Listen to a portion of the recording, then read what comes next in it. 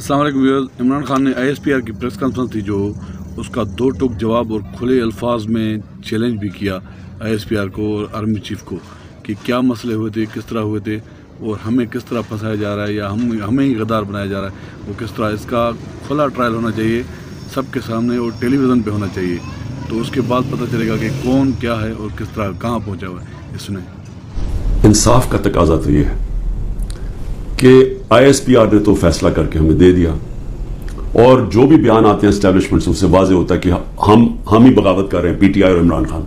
आपने तो अपना माइंड दे दिया है।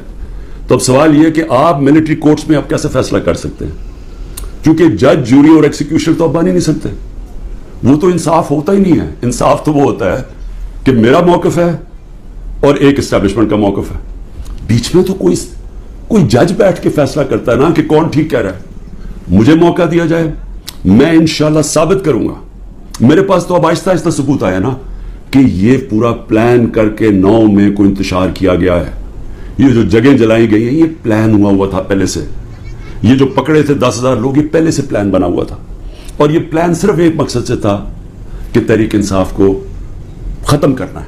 यानी जो कांटा डाला हुआ था, जो बार बार मुझे हमें एस्टैब्लिशमेंट बताती थी, जो मेरे अभी भी लोगों को मिलती है, तो हमारे जो सारे लोगों को मिलती है उनको ये कि जी इमरान खान के ऊपर कांटा डाल गया है, आप किसी और पार्टी में चले जाएं, PTI का कोई मुस्तकबिल नहीं है। मुश्किल, पहले तो उनकी बिजनेस भी बंद करते हैं, घर भी तोड़ते हैं, सब कुछ, लेकिन साथ फिर ये मायूस भी कर देते कि जी इमरान खान का तो कोई चांस ही नहीं है। तो बड़े रिस्पेक्टफुली मैं कहना चाहता हूं कि ये अदालत में केस चलना चाहिए और ओपन ट्रायल होनी चाहिए। मेरी एक और रिक्वेस्ट है, ये टेलीवाइज होनी चाहिए ट्रायल, क्योंकि एक मुल्क के खिलाफ अगर बगावत है तो ये कोई छोटी चीज नहीं है। तो ये छुपा के नहीं होनी चाहिए, पब्लिक में होनी चाहिए। सारे जो आप कहते हैं कि आपके पास सबूत हैं, आप लेके आए। जो मेरे पास सबूत है वो हम लेके आते हैं, कौम के सामने रखें, क्योंकि अगर अपनी फौज के खिलाफ कोई बगावत करता है उसको सजा मिलनी चाहिए।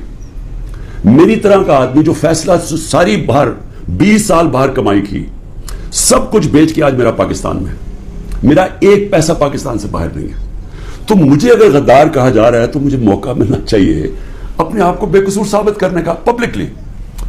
और दूसरी तरफ जिन लोगों को आज ऊपर बैठाया गया है, जो सारे आज दुबई बैठे हैं, पाकिस्तान के फैसले दुबई में हो रहे हैं। मुझे ये आज बता देंगे, कभी सुना है नरेंद्र मोदी जाके किसी और मुल्क के अंदर अपने वजीरों को बैठा के फैसले कर रहा है? कभी सुना है कि बर्तानिया का प्राइम मिनिस्टर जाके यूरोप में बैठा हुआ या यूरोपियन प्राइम मिनिस्टर्स कहीं और जाके कर रहे हैं? कभी दुनिया में सुना ही है? ये मुल्क से मजाक क्या हो रहा है कि जिन लोगों का स्टेक ही पाकिस्तान में नहीं है, इनकी दुबई में बड़ी बड़ी प्रॉपर्टीज है, लंदन में बड़ी प्रॉपर्टीज है। और ये मुझे किसने बताया है? ये हमारी ISI ने हमें बताया है। ये नैब के जो पहले चेयरमैन थे जनरल अमजद, उन्होंने मुझे आज से 20 साल पहले, 23 साल पहले पूरी ब्रीफिंग दी कि इनकी कितनी प्रॉपर्टीज है मुल्क से बाहर। ये सारा वक्त हमें किधर से इंफॉर्मेशन आती थी? क्योंकि ISI के पास इंफॉर्मेशन होती थी, उधर से हमें इंफॉर्मेशन मिलती थी कि इनकी कितनी प्रॉपर्टीज बाहर है, इन्होंने कितना पैसा किया, फलानी डील से कितना पैसा कमाया। वो लोग जो आज अरबों डॉलर की बाहर प्रॉपर्टीज लेके बैठे हैं, जिन लोगों में एक कहता है कि नवाज शरीफ कहता है कि हिंदुस्तान को कि जी ये पाकिस्तानी फौज दहशतगर्दी कर रही है डॉन लीक्स में, दूसरी तरफ आसिफ जरदारी जाके कहता है अमेरिकनों को कि जी एडमिरल मनल को, वो हुसैन अकाली उसका एम्बेसडर कहता है कि हमें बचा लो पाकिस्तानी फौज से, अमेरिकनों को कहता है। वो ठीक है जिनके अरबों डॉलर बाहर पड़े हैं और जो आज सारे मिलके, यानी पाकिस्तान में उन्हें कोई जगह नहीं मिली मीटिंग के लिए, वो बाहर बैठे हुए सारे। और इमरान खान जो सब कुछ अपना छोड़ के बेच के आज पाकिस्तान है, वो गद्दार बन गए। मुझे ये बताएं, मैं प्राइम मिनिस्टर 3.5 साल था, मुझे एक बताएं मैंने निजी दौरा किया हो, प्राइवेट विजिट की हो? मेरे बच्चे इंग्लैंड में थे, 2 दफा मुझे बरतानिया के प्राइम मिनिस्टर ने ऑफर की कि लंदन आओ, मैं क्यों नहीं गया? क्योंकि मैं जब कोई बाहर का दौरा करता था, पहले मैं देखता था मेरे मुल्क को उसका क्या फायदा है। क्योंकि जब एक प्राइम मिनिस्टर बाहर दौरा करता है, पाकिस्तान के डॉलर खर्च होते हैं, हमारा पैसा खर्च होता है, हमारा मकरूज मुल्क है। मैं तो अपने बच्चे तक नहीं गया। नवाज शरीफ 22 दफा निजी दौरे किए उसने लंदन के, जब वो प्राइम मिनिस्टर था। आसिफ जरदारी 50 दफा दुबई गया जब वो प्रेसिडेंट था, और मुल्कों के अलावा। तो आज मुझे तकलीफ ये है कि ये जो लोग ऊपर मुसल्लत किए हैं, जो दुबई बैठ के पाकिस्तान के फैसले कर रहे हैं, ये मुहब्बे वतन है और मैं और मेरी जमात उनको गद्दार कहा जा रहा है। इसलिए इसकी ओपन ट्रायल करें। ये बैठे, इसको टीवी के ऊपर ये ट्रायल है, मुझे मौका मिले बताने का कौम को कि हमारे से हुआ क्या क्या, मेरे से किस तरह गद्दारी की गई है।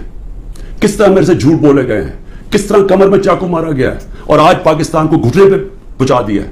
आज हम माशी तौर पे भी उस जगह पे पहुंच गए हैं कि नरेंद्र मोदी कहता है कि इसको पाकिस्तान को छोड़ दो, ये अपने बोझ में कर रहा है। आज ये स्टेटमेंट आई है, 14 महीने पहले इस तरह की किसी को स्टेटमेंट आई थी? जरा सिर्फ देख लें कि पाकिस्तान का वकार किधर था और आज किधर है पाकिस्तान। जितनी इन्होंने खिदमत की अमेरिका की, ये फॉरेन मिनिस्टर ने अच्छी अच्छी अंग्रेजी बोल के और पता नहीं अरबों रुपए के दौरे करके, और ऊपर से शहबाज शरीफ सारा वक्त दौरे कर रहा है बाहर। जो जॉइंट स्टेटमेंट आई अमेरिका की और हिंदुस्तान की नरेंद्र मोदी के दौरे पे, हमें हमारी खतरे की घंटी बजनी चाहिए। कभी बायलैटरल मीटिंग में वो तीसरे मुल्क को बुरा भला नहीं कहते। उन्होंने नाम लेके कहा कि पाकिस्तानी दहशतगर्दी कर रहा है। मतलब ये कि कश्मीर की जो सारी वो जो बेचारे इतनी देर से अपनी आजादी की जंग लड़ रहे हैं, वो पाकिस्तान दहशतगर्दी करके लड़ रहा है, वो आजादी की जंग नहीं है। ये इतना बुरा हमारे ऊपर उन्होंने, जो अब मैं क्या कहूं कि जिस तरह का उन्होंने पाकिस्तान के ऊपर तमाचा मारा है, और यहां से कोई जवाब नहीं आएगा क्योंकि इनके पैसे बाहर पड़े हैं और उनको पता है इनके पैसे बाहर पड़े हैं, ये कभी नहीं बोलेंगे। लेकिन मुझे इससे ज्यादा खतरा है, और मैं इसलिए भी अपनी इस्टेब्लिशमेंट को पैगाम देना चाहता हूं कि देखें, मैं एक तारीख का तालिब इल्म हूं। ये जो इंडिया का और अब अमेरिका का जो जॉइंट डिक्लेरेशन आई और जो समझौता हुआ है डिफेंस में, न्यूक्लियर में, आर्टिफिशियल इंटेलिजेंस टेक्नोलॉजी में, ये अब पाकिस्तान में बहुत आ गई। हमारे माशी हालात बिल्कुल ही जिधर पहुंच गए हैं, इससे एक इम्बैलेंस पैदा हो गया है। आज हिंदुस्तान, जिस तरह नरेंद्र मोदी ने तकब्बर में बातें की हैं, आज वो हमारे से अपने आप को बहुत ताकतवर अब समझते हैं।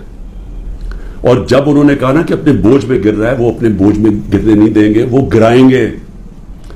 हमेशा जंगें तब लड़ी जाती हैं जब एक फ्रीक समझता है कि वो दूसरे से बहुत ज्यादा ताकतवर है। रूस जब यूक्रेन में गया तो यूक्रेन का न्यूक्लियर प्रोग्राम खत्म हो चुका था और रूस समझता था उनसे बहुत बड़ा ताकतवर है। अमेरिका इराक में और अफगानिस्तान में इसलिए गया कि वो बहुत ताकतवर था उनसे। तो जब हिंदुस्तान ये समझना शुरू हो गया कि वो पाकिस्तान से बड़ा ताकतवर है, हमारी खतरे की घंटी बजनी चाहिए। मुल्क को मुत्तहिद होना चाहिए, मुल्क को आजाद रखने के लिए कौम को इकट्ठा होना चाहिए। ये नहीं होना चाहिए कि मुल्क की इस्टेब्लिशमेंट मुल्क की सबसे बड़ी पार्टी को खत्म करने की कोशिश करे। उसका मतलब जो मुल्क की अक्सरियत अवाम है, जो एक पार्टी के साथ खड़ी है, उसको अपने खिलाफ कर ले। ये मुल्क को नुकसान है। हमारी फिर से इकोनॉमी बैठ चुकी है, इनके पास कोई हल नहीं है। जो जिस तरफ हम जा रहे हैं, जो कोशिश करने जा रहे हैं खिचड़ी पक जाए पॉलिटिकल इंजीनियरिंग से, वो और मुल्क कमजोर होने वाला है। मैं इसलिए फिर से कहता हूं कि आखिर में अपने जो फैसला करने वाले लोग हैं, जो ताकतवर लोग हैं, इस वक्त पाकिस्तान को एक ही रास्ता है, साफ और शफाफ इलेक्शन। लोगों को उम्मीद सिर्फ तब आएगी, उम्मीद खत्म हो चुकी है। नौजवान जो छोड़ छोड़ के मुल्क को जा रहे हैं, प्रोफेशनल्स जो मुल्क को छोड़ के जा रहे हैं, जो गरीब लोग किश्तियों में डूब रहे हैं बाहर मुल्क से निकलने के लिए, इनको उम्मीद चाहिए। और किसी चीज से उम्मीद नहीं आने लगी सिवाय एक चीज से, साफ और शफाफ इलेक्शन। पाकिस्तान पाइंदाबाद। देख ले खान साहब ने खुले अंदाज में जो है और पूरी दुनिया को सबके सामने बता दिया है और खुला चैलेंज भी किया है कि इसका खुला ट्रायल होना चाहिए और सबके सामने और टेलीविज़न पे होना चाहिए। फिर दूध का दूध और पानी का पानी हुआ कि ये साजिश किसकी थी और किसने की है, और सिर्फ तहरीक इंसाफ और इमरान खान को फंसाने के लिए की है ये। तो ये वीडियो पसंद आए तो वीडियो को लाइक और शेयर जरूर कीजिएगा, और अगर चैनल पर नए हैं तो प्लीज़ चैनल को सब्सक्राइब करें। शुक्रिया, अल्लाह हाफिज़।